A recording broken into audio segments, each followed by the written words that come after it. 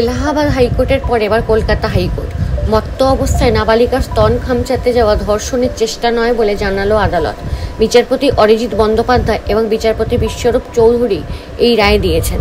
সেই সঙ্গে অভিযুক্তের 12 বছরের সাজার নির্দেশে স্থগিতাদেশ দিয়েছে আদালত।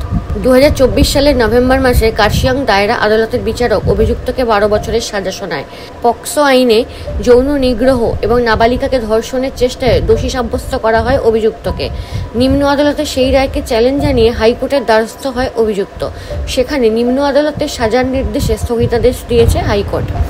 বিচারপতি অরিজিৎ বন্দ্যোপাধ্যায় এবং বিচারপতি বিশ্বরূপ চৌধুরীর ডিভিশন বেঞ্চের যুক্তি, নির্যাতনের শিকার মেয়েটির কাছ থেকে যে প্রমাণ মিলেছে এবং ডাক্তারি পরীক্ষায় যে প্রমাণ মিলেছে তাতে কোনো রকমের পেনিট্রেশন বা ধর্ষণের ইঙ্গিত মেলেনি। নির্যাতিতা জানিয়েছে আবেদনকারী মত্ত অবস্থায় ছিল এবং তার স্তন খামচে ধরতে গিয়েছিল।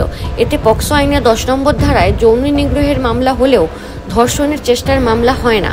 অভিযুক্তের আইনজীবী জানান, প্রথম বয়ানে নির্যাতিতা শুধুমাত্র চুমু খাওয়ার চেষ্টার কথা বলেছিলেন।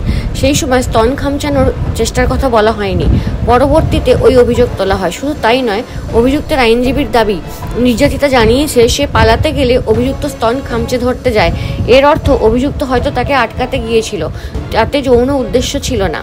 12 বছরের সাজা বাড়াবাড়ি বলেও যুক্তি দেন অভিযুক্তের আইনজীবী। অভিযুক্ত ইতিমধ্যে 2 বছর 4 মাস হেফাজতে কাটিয়ে দিয়েছে বলে মেনে নেয় আদালত। তাকে জামিনে মুক্ত করার নির্দেশ দেয়। পরবর্তী নির্দেশ না আসা পর্যন্ত অভিযুক্তের সাজা কার্যকর করা এবং জরিমানার উপর স্থগিতাদেশ দেওয়া হয়েছে।